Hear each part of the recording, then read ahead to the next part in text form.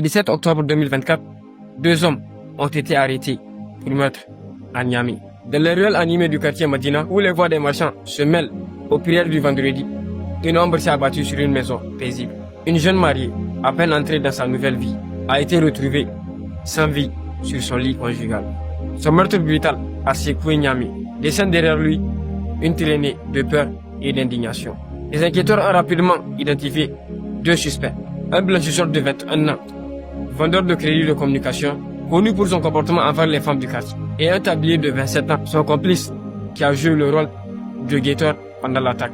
Tous 2 étaient des voisins immédiats de la victime, ce qui rend leur crime encore plus glaçant. Profitant de l'heure de la prière du vendredi, le blanchisseur s'est introduit dans la maison de la jeune mariée. Son intention, la violer, mais elle s'est débattue. Elle a menacé d'informer son mari. Pris de panique, l'homme a sorti un couteau et lui a porté 3 coups à la gorge, mettant fin à sa vie. Son complice, posté à l'extérieur, veillait à ce que personne ne surprenne l'horreur qui se passait à l'intérieur de la maison. Lorsque le corps a été découvert, gisant dans une mare de sang, la direction de la police judiciaire a directement ouvert une enquête.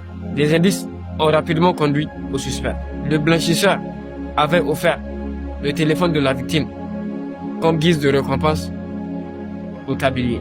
Après le crime, il avait déménagé à Sonissi, emportant avec lui l'arme du crime et les vêtements qu'il portait le jour-là. Le 17 octobre 2024, 2 hommes ont été arrêtés.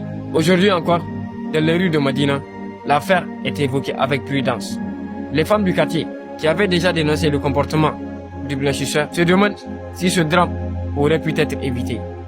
Et dans les foyers de Niamey, une leçon amère demeure. Les monstres ne viennent pas de loin. Souvent, ils vivent juste à côté.